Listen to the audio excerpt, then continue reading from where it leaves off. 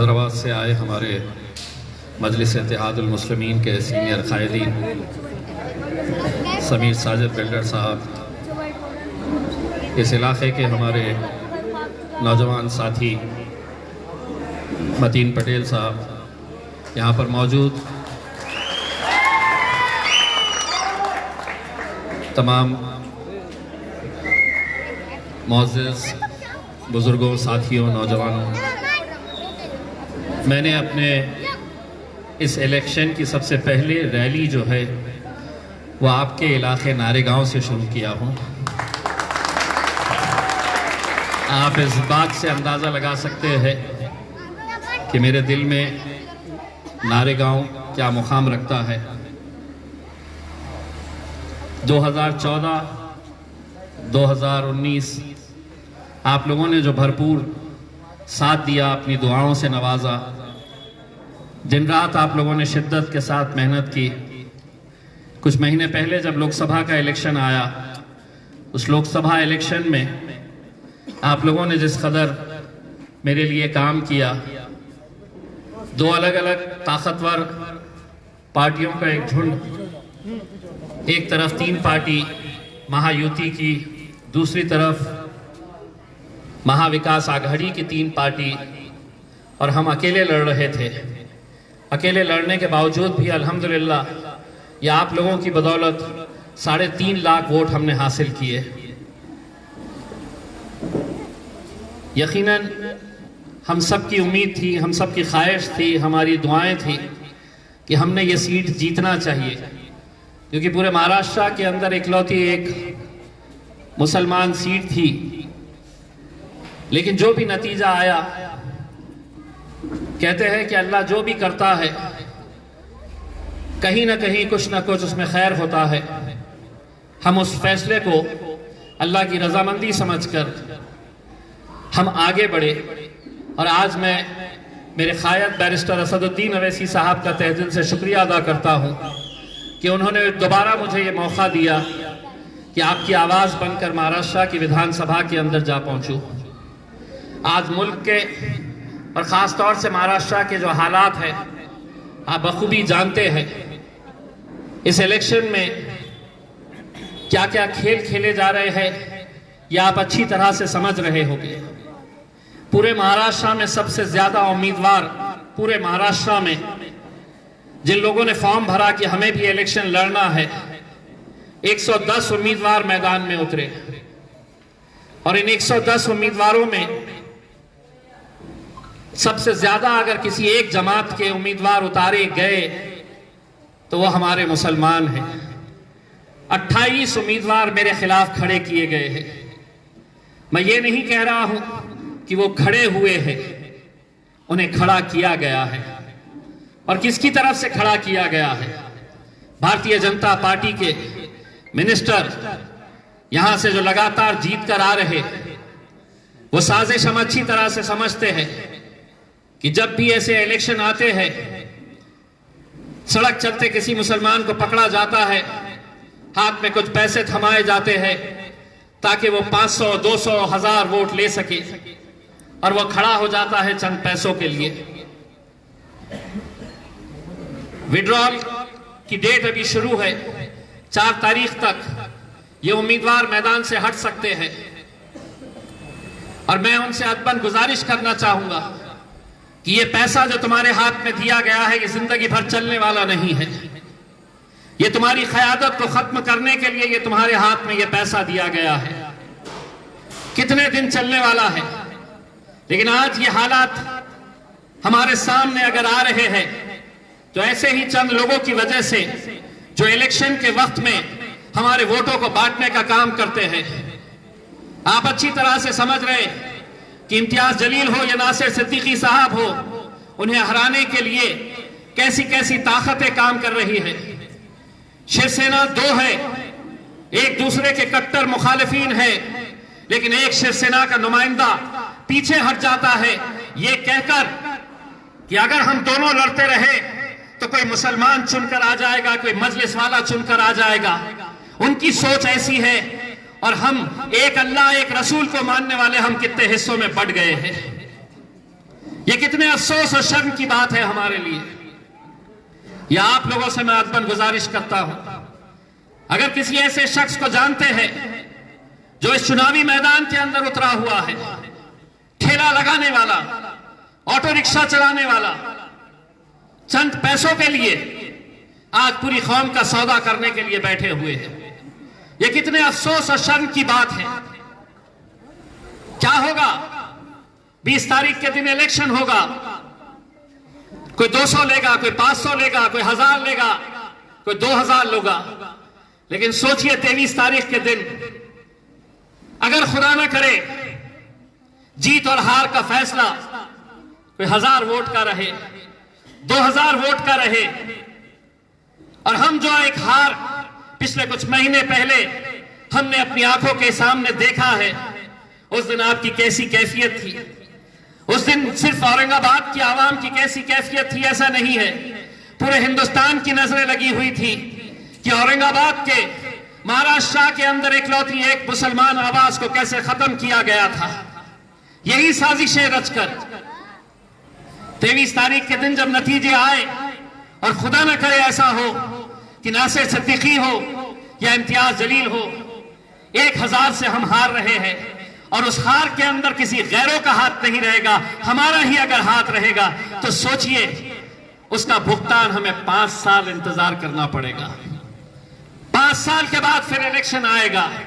जिसने लाख रुपया, 50,000, 25,000 रुपये लेकर खड़ा हुआ है, उसे कोई फर्क नहीं पड़ेगा, क्योंकि वो तुम्हारा सौदा करने के लिए चंद पैसे लेकर खड़ा किया गया है भारतीय जनता पार्टी के उम्मीदवार के जरिए। कहीं ना कहीं अब वक्त आया है हम मुसलमानों को यह समझने का कि अगर हम ऐसे ही बढ़ते रहे, ऐसे ही साजिशों का शिकार होते रहे, तो आज महाराष्ट्र से इकलौती एक मुसलमान आवाज जो असदुद्दीन अवैसी के साथ अल्हम्दुलिल्लाह आप लोगों की वजह से 2019 के अंदर मुझे मौका मिला था 5 साल वहां पर जाकर आपकी नुमाइंदगी करने का। हारने के बाद भी हम पीछे नहीं हटे, हारने के बाद भी हम कमजोर नहीं हुए।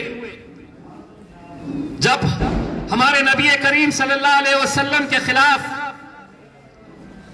कोई गुस्ताखी करता है तो हम महज जाकर कोई आंदोलन नहीं किए, कोई मेमोरेंडम देकर हमने अपनी तस्वीरें नहीं खिंचाए। हमने उस वक्त यह ऐलान किया कि ऐ हुकूमत, तुझे जो भाषा समझ में आती है उस भाषा में जवाब देने की ताकत अल्हम्दुलिल्लाह हम सब के अंदर है।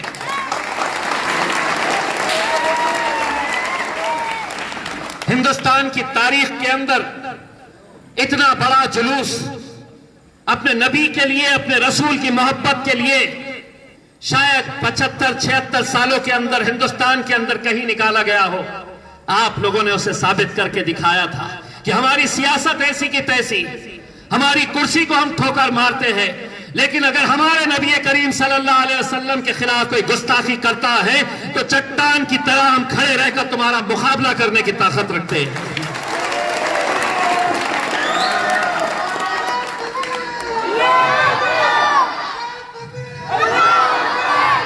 मेरे भाई, मैं आप लोगों से सिर्फ इतनी अदबन गुजारिश करता हूं, 20 तारीख के दिन इलेक्शन है। मैं जब पैदल दौरा कर रहा था, बहुत सारे बुजुर्ग लोग मुझे मिले हैं।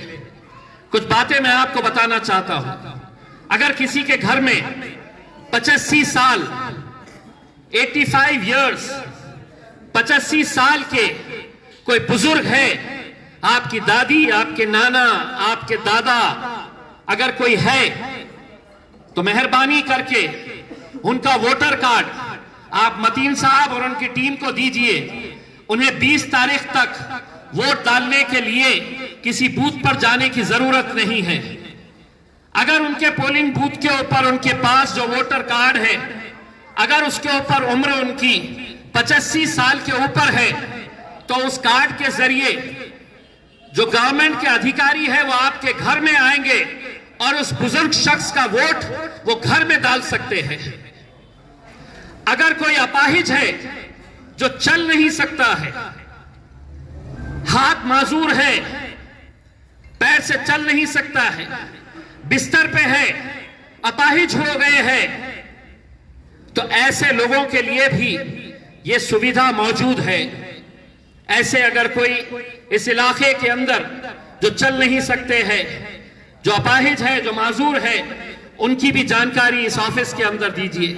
हम ये इंतजाम करेंगे कि उनके घर पे आके, वहां पर सरकारी अधिकारी घर पे आकर उनका वोट ले सकते हैं। एक और बात, गरीब बस्तियों में इलेक्शन से कुछ दिन पहले कुछ दलाल आते हैं, आपका कार्ड लिया जाएगा कि हमको आपका इलेक्शन कार्ड दे दो, हमको आपका आधार कार्ड दे दो। आपको किसी जगह पर ले जाया जाएगा, आपके हाथ पे इंक लगा दी जाएगी और उसके बदले में आपको या तो 300 रुपये दिए जाएंगे या 500 रुपये दिए जाएंगे, या अगर बहुत हराम की दौलत है तो 1000 रुपया आपको दिया जाएगा। मैं तमाम नौजवानों से, मेरे शेर दिल नौजवानों से, नारे गांव के, अगर कोई ऐसी हिम्मत करता है वहीं उठा के पटक दो। कोई अगर ऐसा खेल खेलने के लिए आ रहा है, आप लोग चौकीदार बन जाओ, जिम्मेदार बन जाओ कि कोई अगर ऐसा इस तरह का खेल खेलने के लिए आएगा, लोकसभा इलेक्शन के वक्त गरीब बस्तियों में जाकर हजारों वोट शिवसेना भारतीय जनता पार्टी को इसी तरह से दिए गए। आपके इलाके में भी आ सकते हैं, आपके इलाके में भी ये साजिश की जा सकती है। तो तमाम बुजुर्गों से, नौजवानों से मैं आपको ये अपील करूंगा कि आप लोग चौकन्ने रहिए।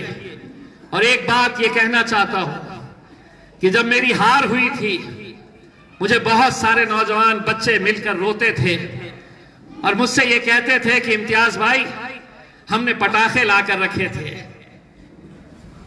बच्चे कहते थे कि हमने रंग लाकर रखे थे, हरा रंग खेलेंगे। मुझे आज भी याद है कि एक छोटा सा बच्चा हरसूल इलाके का, जब नतीजा आया तो बिलक बिलक कर रो रहा था। उसके बाप ने उस बच्चे को मेरे पास लेकर आया और उन्होंने मुझसे कहा कि मेरा बच्चा रात में जब सो गया था, सुबह नतीजे आने वाले थे, तो छोटी सी प्लास्टिक की थैली के अंदर हरा रंग तकिए के नीचे रखकर सोया था कि मुझे नींद में से उठकर ये हरे रंग के साथ मुझे खेलना है। एक बच्ची छोटी बिस्तर के ऊपर पतंग रखकर सोई थी कि कल हमें पतंग उड़ने का यहां पर खुशी मनानी है करके। हमने मेहनत किए है मेरे भाई, लेकिन अल्लाह की मर्जी थी और अल्लाह की मर्जी के बगैर कोई चीज नहीं मुमकिन। अल्लाह ने यह फैसला लिया तो यकीनन हो सकता है कि आने वाले वक्त के लिए कुछ और उससे अच्छा होने वाला हो। और अच्छा क्या हो सकता है? पूरे महाराष्ट्र के अंदर मजलिस इत्तेहादुल मुस्लिमीन ने महज 15 सीटें हम लड़ रहे हैं।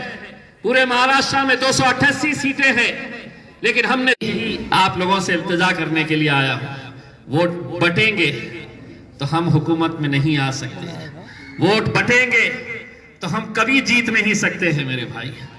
मुझे मालूम है कि यहां पर और भी कुछ लोग हैं और भी कुछ साथ ही साथ जाते वक्त सिर्फ इतना कहना चाहता हूं, 10 साल का इंतजार खत्म हो रहा है, शेर आ रहा है।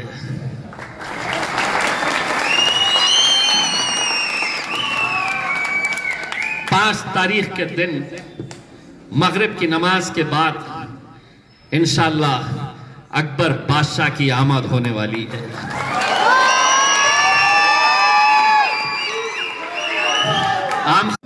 उसके 3 दिन के बाद बड़ा शेर भी आने वाला है। आप तमाम लोगों से मैं अपील करता हूं कि आम खास मैदान के ऊपर सिर्फ अकेले मत आइएगा। हमने खवातीन के लिए भी वहां पर इंतजाम करके रखे हैं।